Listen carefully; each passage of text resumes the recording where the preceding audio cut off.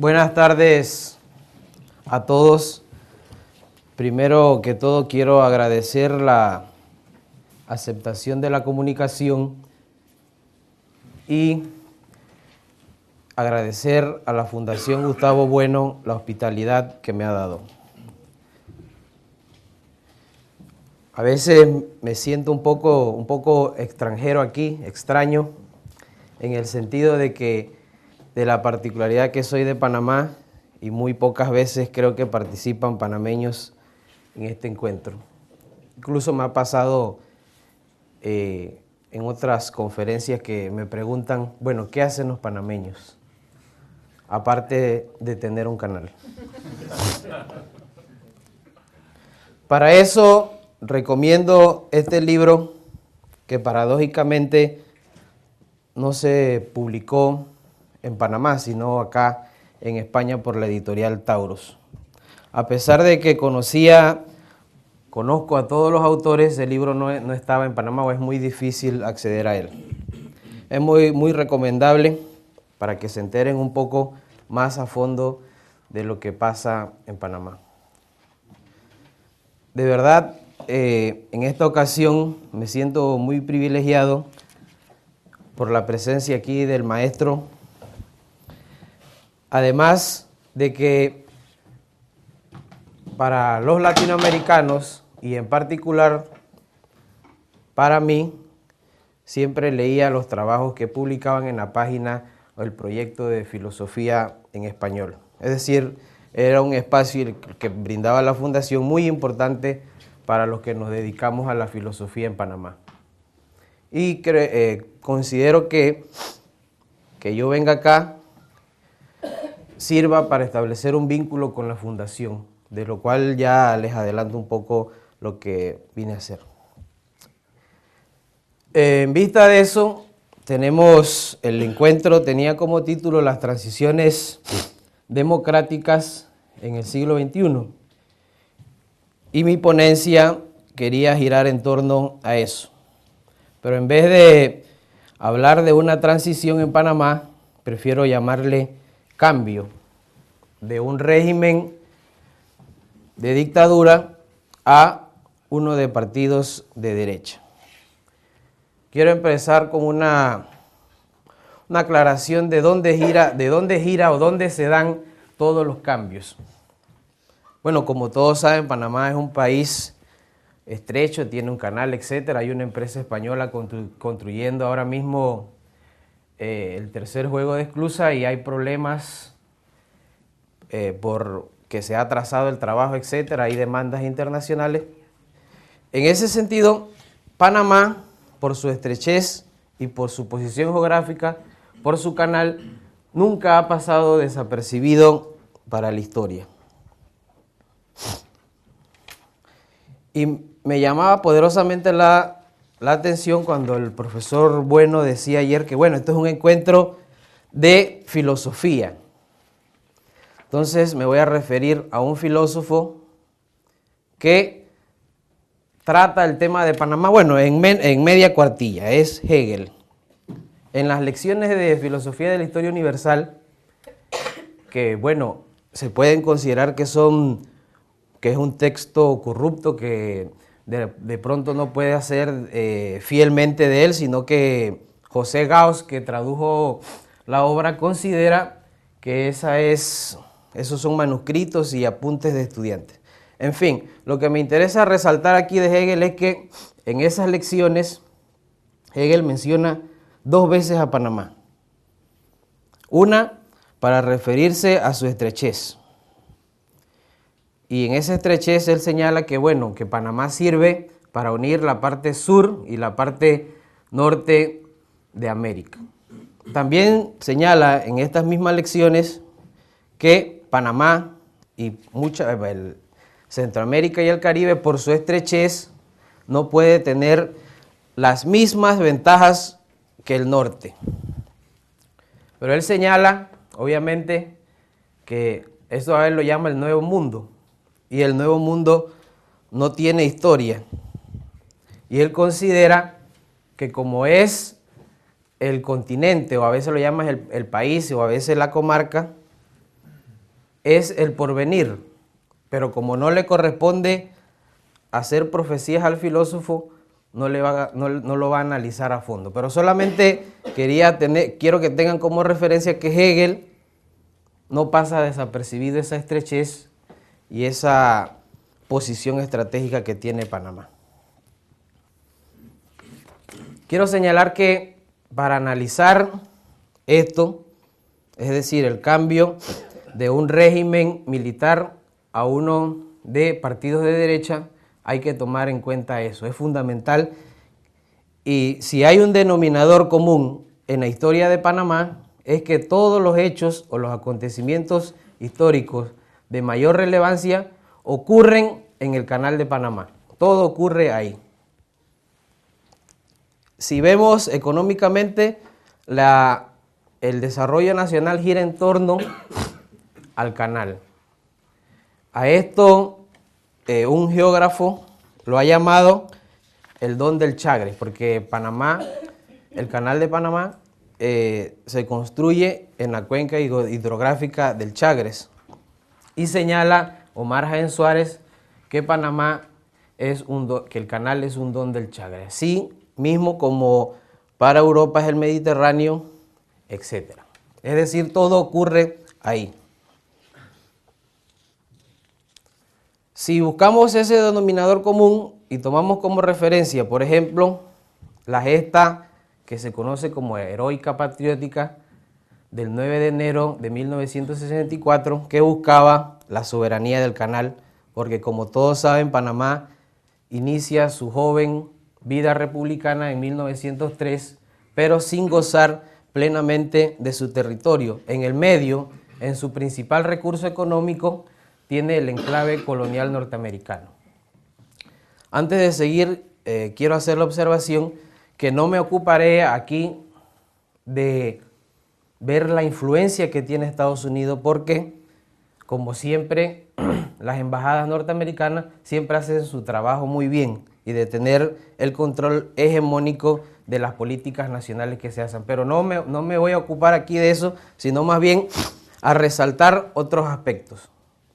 Pero no quiero que piense que estoy omitiendo la gran influencia que tiene Estados Unidos sobre la vida política de Panamá. Entonces, esta gesta heroica o patriótica tenía como fin poner un alto o cuestionar la política neocolonial o de enclave colonial que había en la zona del canal. Se ha discutido, principalmente profesores norteamericanos como Alan McPherson, profesor de Historia de Oklahoma, que la oligarquía manipuló a los estudiantes para que se rebelaran y acumularan en sí mismo un sentimiento antiimperialista. Pero también señala el mismo profesor el papel de Federico Britton, un personaje político, ideólogo de lo que yo llamo el sector jacobino, en el sentido de que es un ala radical que busca un proceso revolucionario radical que no se va a identificar con el régimen militar. Entonces, el régimen militar inicia en 1968. Muchos consideran que el régimen militar del 68 tiene como antecedente próximo esta gesta heroica o patriótica del 64, es decir, un agotamiento y una forma de expresar la molestia que tenían los estudiantes, los movimientos sociales ante la oligarquía rentista. Es decir, había un sector de la sociedad que estaba molesto y según varían las interpretaciones, los estudiantes abanderan esta lucha, aparte de poner fin al enclave colonial, también querían otra forma de relaciones sociales que incluyera mayor beneficio social. Entonces, el régimen militar tiene como antecedente este hecho histórico. Muchos, por ejemplo, uno de los principales historiadores panameños, Ricaurte Soler, considera que este es el antecedente próximo al golpe de Estado. Entonces el golpe de Estado inicia en el 68. Para ver la influencia que tiene Estados Unidos, en aquel entonces era presidente Arnulfo Arias y le anuncian que está haciendo un golpe, que está en tránsito un golpe de Estado, y no le presta atención. Dicen que estaba viendo una película de vaquero en el cine y él dice que tiene asegurado el poder gracias a los Estados Unidos. Bueno, cuestión que no se da, le dan el golpe de Estado. En un primer momento el golpe de Estado es un régimen militar estándar, es decir, represión, etcétera, desapariciones, control de la prensa, etcétera. Luego tiene características muy particulares. Transita de un régimen militar estándar a un régimen populista, es decir, con el apoyo popular de las masas, con el apoyo popular de muchos dirigentes de izquierda, etc.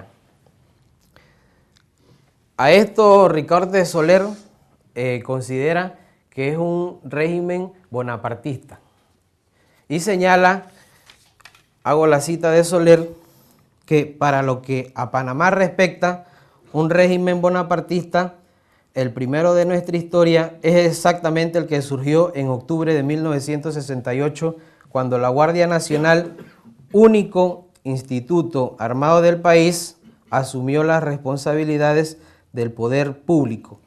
Las causas más inmediatas de los sucesos las encontramos en las multitudinarias manifestaciones antiimperialistas de 1964, como les decía.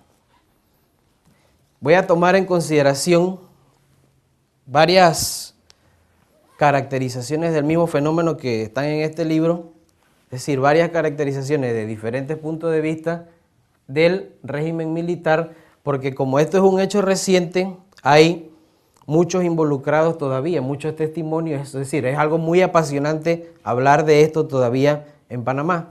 Incluso esta comunicación que estoy dando ahora, yo la entiendo como una otra continuación que hice en el 2014 en el segundo Congreso por la Soberanía en Panamá. El primero fue inmediatamente en el 64, al calor de las contradicciones que surgían entre el enfrentamiento de los estudiantes panameños con los estudiantes norteamericanos, que trajo como consecuencia varias muertes.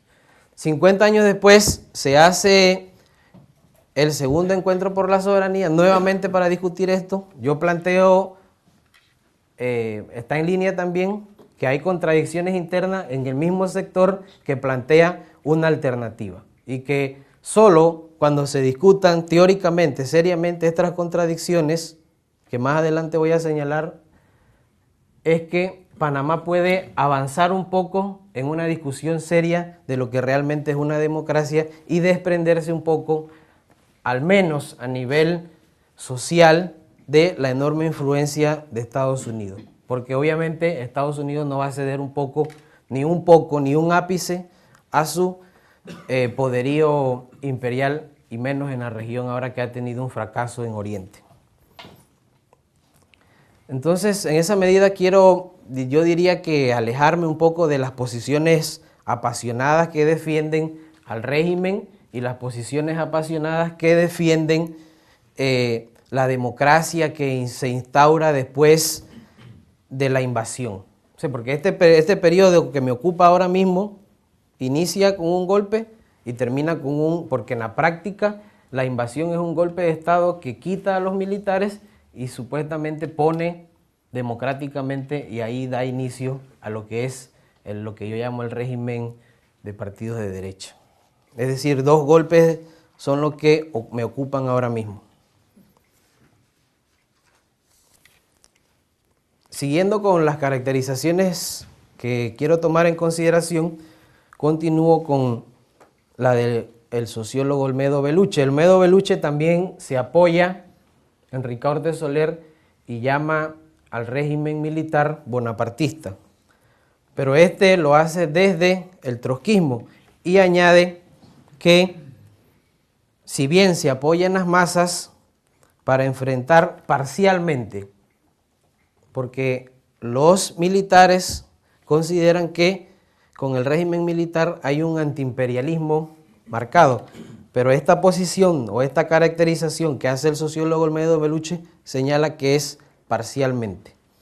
Además, añade que lo que busca este régimen bonapartista son regateando concesiones, es decir, regateando poco a poco algo, lo que sobre o lo que le pueda dar el régimen, mejor dicho, Estados Unidos. La otra caracterización que quiero hacer es del politólogo Carlos Guevara Mann.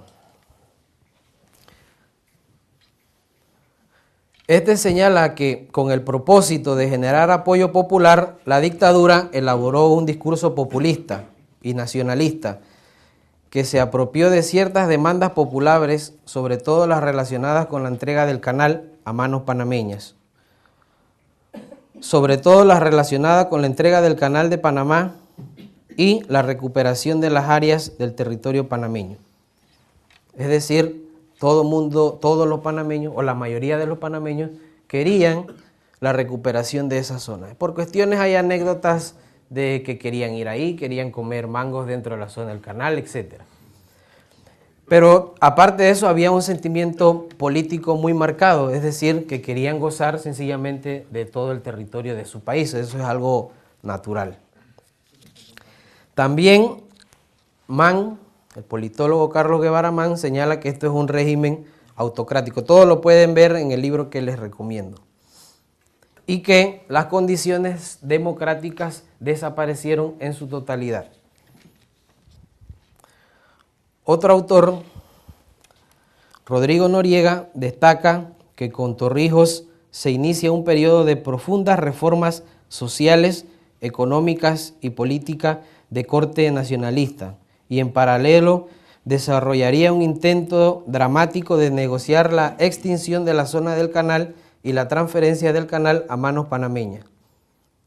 Durante su gestión de gobierno, el general Torrijos procuró rodearse de representantes y voceros de distintos sectores, concediendo una enorme oportunidad de figuración política a intelectuales y personalidades de izquierda, lo que abrió numerosas puertas en distintos foros que apoyaron la causa panameña.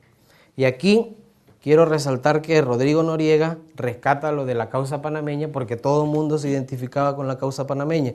Es decir, el régimen militar encabezado por Torrijos logra captar la atención de todos los panameños, de la causa de los panameños, a raíz de esa causa principal. En ese sentido, tenemos que considerar eso.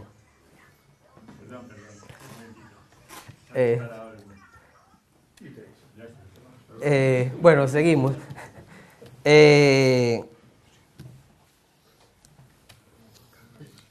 La causa panameña entonces era un motor populista, si se quiere decir, para que todos los panameños se sintieran identificados con el régimen militar, lo que trajo consigo mucho apoyo. Es decir, Torrijos muere en un sospechoso accidente y luego viene Noriega. Noriega no logra conseguir ese apoyo popular. Otro dato muy importante es que, como señala la historiadora Patricia Pisurno, Torrijos muere en un accidente sospechoso en un momento en que su apoyo popular estaba bajando. Sí, precisamente en ese momento, pero cuando muere tenía muy buena aceptación, es decir, que muere como una figura muy importante, transparente, conciliador, etc. Entonces le toca otra parte del régimen militar a Noriega. Entonces Noriega no logra el consenso, tiene una satanización en la prensa internacional y obviamente surgen la oposición fuerte a él porque no tiene la capacidad de negociar con sus adversarios como sí la tenía Torrijos.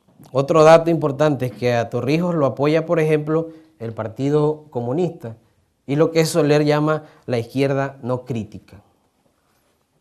La única contraposición a eso es lo que yo considero la izquierda jacobina o la izquierda radical, que está encabezada principalmente por los hermanos Floyd y Federico Britton y todos los otros sectores, pero que yo no menciono tanto porque si bien están ahí, no juegan un papel tan importante como estas dos figuras. Considero que en ese momento es esta oposición de los hermanos Britton y toda la gente que los acompaña y todos los que se oponen al régimen militar son los únicos que logran entablar un metabolismo entre el régimen y otra posición alternativa. Es decir, había cierta tensión social dentro de un mismo panorama muy amplio. Y esto es lo que yo considero que son las contradicciones internas de un sector que, si bien todos buscaban la liberación nacional, pero tenían enfrentamientos entre ambos.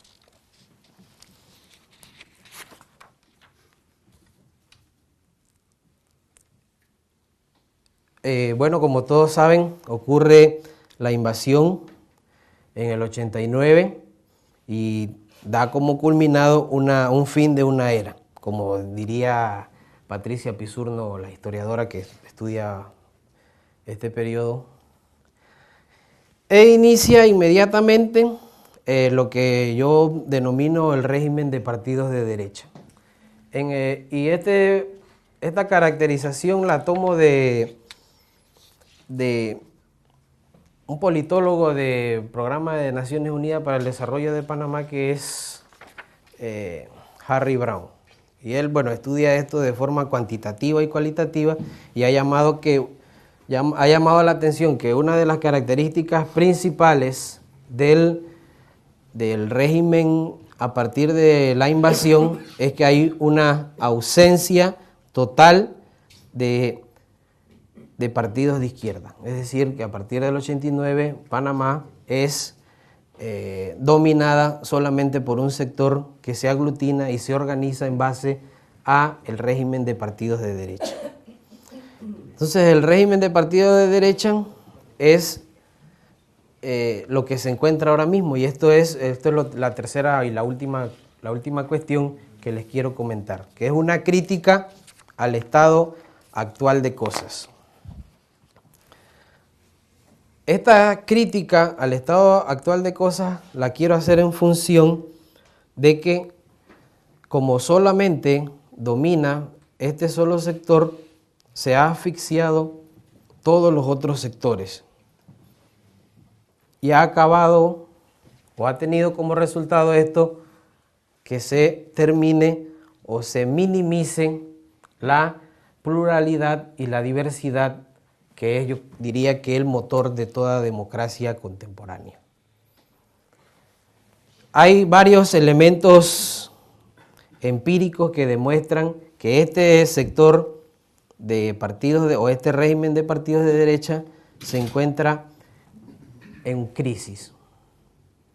Por ejemplo, hay, según el patrón electoral, menos personas votan ahora que, por ejemplo, en 3 elecciones antes, y así consecutivamente ha bajado. Varios indicadores señalan que, por ejemplo, hay disminución de la libertad de expresión. También otros indicadores es que baja la cantidad de adherentes. Los adherentes de los partidos se mueven de un día para otro en función de clientelismo. Otra de las críticas que siempre hago es que los partidos ideológicos, los partidos estos del régimen de derecha no tienen ninguna posición ideológica, sino que trabajan en función de intereses particulares. La discusión que hay en Panamá mediática es, por ejemplo, cuál es el menos peor y cuál hace que funcione mejor el sistema de corrupción. En ese sentido, mi crítica gira en torno a que esta misma clase política, único sector de partidos de derecha está acabando su propia tumba. ¿Por qué? Porque no abre la diversidad y va a llegar un momento, como por ejemplo Orlando Pérez, que es un norteamericano que ha estudiado lleva 20 años estudiando Panamá y hizo su tesis doctoral. Él señala que esto puede llevar a la tiranía, porque bueno, en un estudio que hace él del Barómetro de las Américas, señala que hay poca tolerancia al sistema político vigente. Es decir, también eso es otro indicador, hay poca tolerancia a los partidos de derecha. Ahora mismo hay un dilema con un presidente que quieren meter preso, etcétera. Hubo un cambio, ahora hay otro que, bueno, ha bajado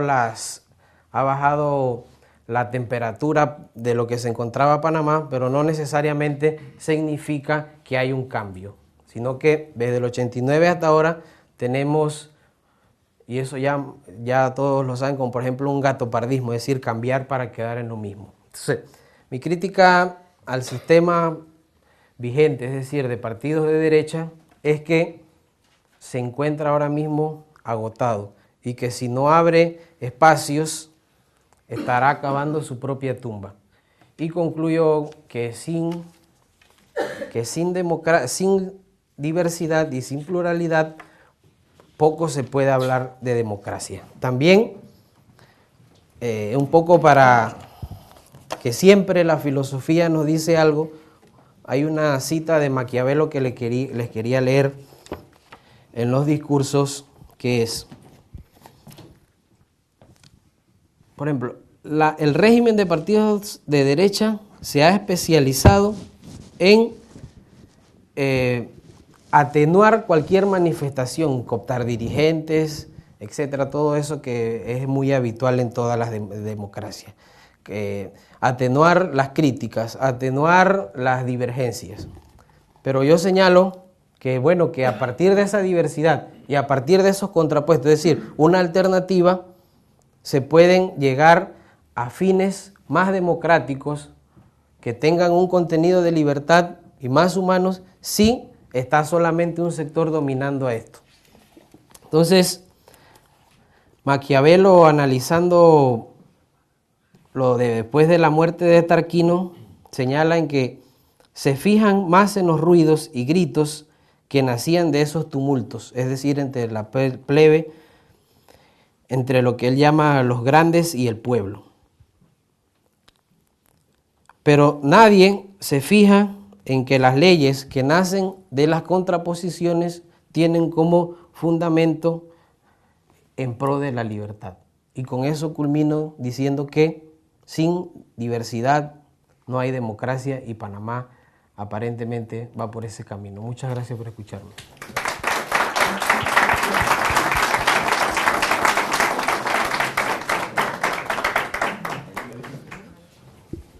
¿Ya? ¿Se escucha?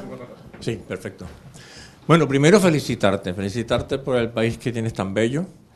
Lo conozco desde Chiriquí hasta la selva del Darién. Y Panamá siempre, quiero hacer una pequeña reflexión y que me ayudes a terminar, si acaso, en alguna conclusión.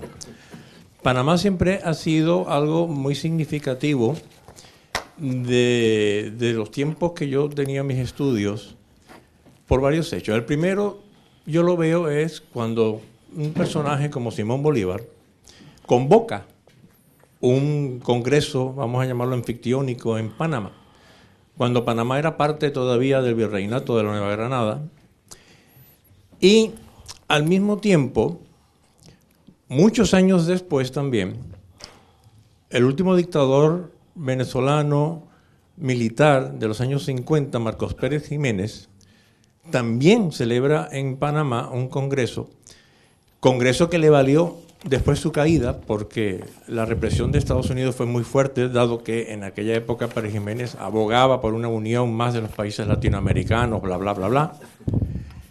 Y lógicamente ahora también está ocurriendo un fenómeno muy interesante, que quiero combinarlo con lo que tú has dicho de la diferenciación, de la pluralidad, de lo que significa pues la densidad del sistema democrático.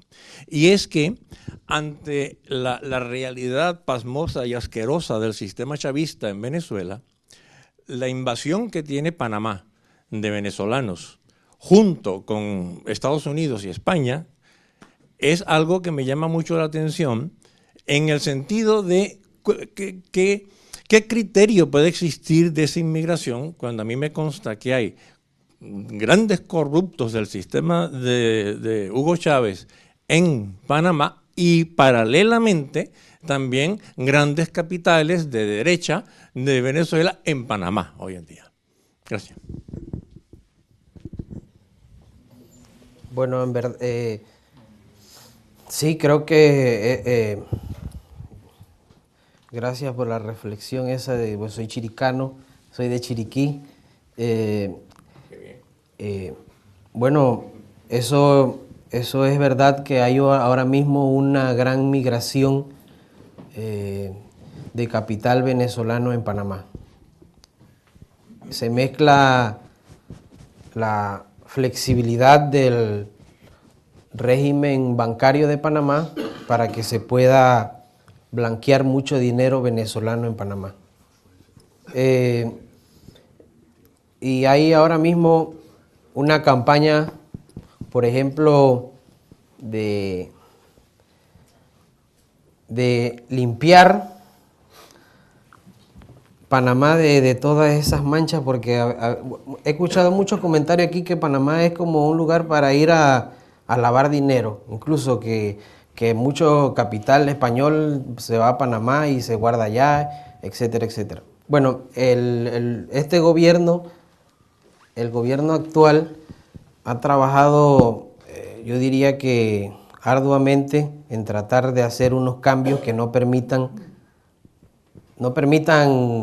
abiertamente todo este flujo de capital corrupto al sistema bancario panameño. Por ejemplo, Panamá formaba parte de la lista gris del Gafi y se hicieron los cambios necesarios para que al menos saliera de esta lista gris, y aparte se hicieron cambios en las reestructuraciones de muchos bancos para poner un alto a todo esto. Y la migración que hay en Venezuela, bueno, es obvia, se nota en muchos empresarios que están ahí, en lo habitual, en lo cotidiano, se nota eso abiertamente. Y bueno, solo me queda decir eso, no sé qué más le puedo ayudar, pero en verdad sí es algo que representa un problema para la política panameña. Y por ejemplo, ahora hay una relación tensa con Venezuela, porque ahora mismo el gobierno o empresarios venezolanos le deben a empresarios panameños. El presidente actual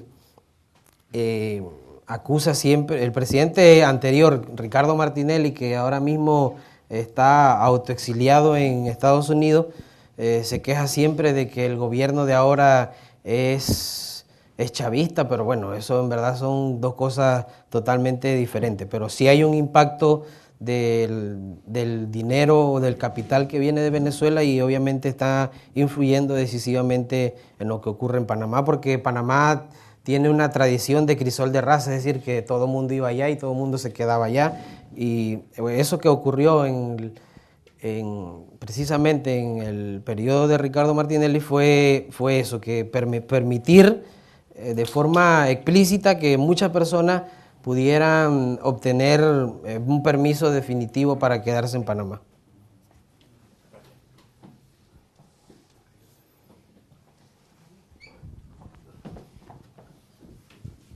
Hola, buenos días. Me gustaría hacerle una pregunta. Yo estuve en Panamá trabajando el año pasado y querría saber desde qué institución hacen filosofía en Panamá, porque no es que haya tenido mucho tiempo para indagar, pero sí que lo intenté. Sondeé un poco las universidades, la ciudad del saber, y siento curiosidad. Me ha sorprendido ver aquí a un panameño, además de Chiriquí. Estoy de acuerdo contigo que es un país muy, muy guapo y bueno, esa es la pregunta que le hago. Porque también tendría otra pregunta, pero igual es un poco ignorante. Yo también me llamó la atención como nación, que es que no lo conozco, qué tipo, me dio la impresión de que hay como un esfuerzo muy grande para encontrar identidades específicas de Panamá como tal, y lo sé a través de ojear algunas cosas, por ejemplo, como un libro de historia sobre la pollera, donde parece que hay como un esfuerzo en distanciarse de Colombia y demás. No sé, es por hacerle otra pregunta. ¿Qué signos de identidad tienen los panameños o cómo se han constituido como nación? Sí, bueno, sí, esa es la cuestión que bueno, que siempre, no es que me llame la atención, si Panamá es chiquito, nadie lo conoce, nadie tiene que saber los detalles de eso, pero bueno, pues para eso mismo, bueno, tenía las intenciones de venir acá porque, bueno, la filosofía en Panamá tiene su centro, su epicentro en la Universidad de Panamá, que es la universidad más grande, más representativa, pública, y que es de donde yo soy, donde estudié y donde ahora soy investigador, etcétera. Y entonces ahí se concentra, bueno, ahí es el único departamento que hay de filosofía en todo Panamá. Ahí se enseña una licenciatura en filosofía ética y filosofía e historia. No hay posgrado, no hay doctorado tampoco, entonces todos tenemos que, en mi caso, venir a España a terminar el doctorado y así sucesivamente. Es decir, todo el mundo se gradúan y trabajan como profesores en institutos. Y la filosofía teórica actualmente se encuentra, por ejemplo, yo diría que en un receso, es decir, que están ahora mismo estancados después de la muerte de este pensador, este historiador que yo les he señalado, que es Ricaurte Soler, que fue el que aglutinó y que hizo, diríamos que, cierta escuela, y que todos los profesores ahora que más publican, que más producen, por ejemplo, el caso de Urania Ungo, que lo hace desde el feminismo, pues, siempre estuvo siempre como discípula de Soler. La mayoría de los profesores de filosofía en Panamá o se fueron a México o fueron a Madrid.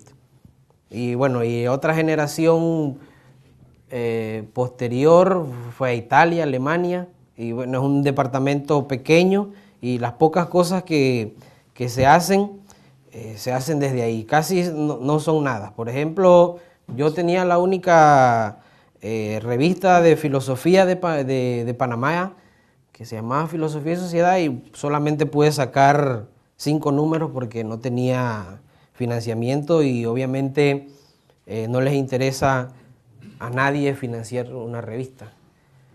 Sobre lo otro, sobre la nacionalidad, sí hay un movimiento de proidentidad que también nace en la Universidad de Panamá y es obviamente de rescatar todos estos elementos de identidad nacional que se tratan de distanciar de las influencias exteriores. Y en eso está un poco el mestizaje producto después de la conquista española y también el rescate de las culturas indígenas. Y creo que una nomenclatura de esa naturaleza es lo que se busca figurar como una identidad nacional para tener símbolos, signos en los cuales se pueda comprender qué es lo panameño.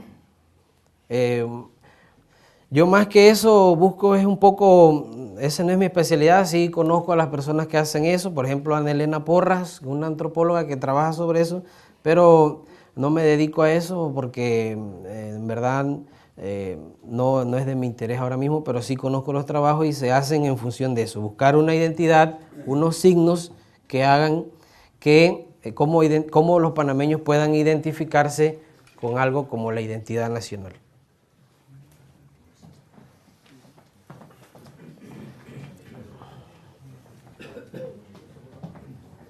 Primero de todo, expresar la admiración que solemos tener muchas veces si nos escuchamos hablar, ¿verdad?, a un panameño con esa precisión sintáctica, semántica, etcétera, que deja realmente asombrado. Y ahora, a pesar de esto, yo creo que la filosofía, que la distinción entre filosofía en en Panamá y otra cosa que no sea filosofía, sino más bien descripción histórica y política concreta de lo que va pasando, pues tiene que ver con esto. A mí me parece que la línea, escuchando la exposición de hoy, a mí me parece que la diferencia entre la línea que marca la diferencia entre la filosofía que puede haber en Panamá y la descripción política concreta, cada vez más precisa, histórica, antropológica, etcétera, se pone por otro lado. A mi juicio es la siguiente. Cuando se hablan, yo recuerdo que estuve en Panamá hace años y me traje, pues no sé, lo menos 40 monografías sobre la identidad panameña, ¿verdad? Sobre la identidad panameña. Entonces, cuando se habla de identidad, se está haciendo filosofía. Se haga en la universidad, se haga fuera de la universidad. Cuando se habla de derecha y de izquierda, pues lo mismo. No digamos cuando esta derecha y de izquierda se junta con el bolivarismo y con el chavismo. Claro, entonces ya la cuestión es completamente distinta. El bonapartismo, otro ejemplo, el bolivarismo, es decir, la filosofía práctica, la filosofía efectiva, yo creo que pasa por ahí. Sobre todo los conceptos de derecha y de izquierda son tan vagos que yo no sabría definir ni sobreponer el hecho de la consideración filosófica de una universidad, que me parece que en ningún caso, por bien dotada que esté y buenos profesores y antropólogos de que disponga, yo no creo que esta universidad pueda tener o reclamar una filosofía superior o inferior a la filosofía del que simplemente dice la derecha, el bonapartismo, la identidad. Es decir, y entonces hay ahí una mezcla continua de dos líneas de lo que llamamos filosofía hoy, filosofía en el sentido que se dice mi filosofía es esta, ¿verdad? Quiere decir que es una denominación que hace unos años había que explicarla mucho, pero hoy día todo el mundo lo entiende porque el mundo tiene su filosofía. Mi filosofía es esta, al margen de que esté escrita en el libro, ¿no? Y entonces mi filosofía es esta. La filosofía es, a mi juicio, la filosofía es todo aquello que se trata cuando se habla del bonapartismo, de la identidad, del feminismo, en fin, del bolivarismo. Esto es la filosofía que mantiene a alguien de un modo más o menos erudito, según que sea historiador, antropólogo, boasiano o lo que quiera ser, ¿verdad? Pero eso es otra cuestión distinta. Y entonces, hablar de universidad como centro de la filosofía me parece un abuso de los términos, creo yo, que confunde más que aclara. Y por tanto hay una filosofía, claro que la hay, pero no porque esté en la universidad asistida por antropólogos o boasianos o no boasianos, etc., ¿no? Eso lo quería decir.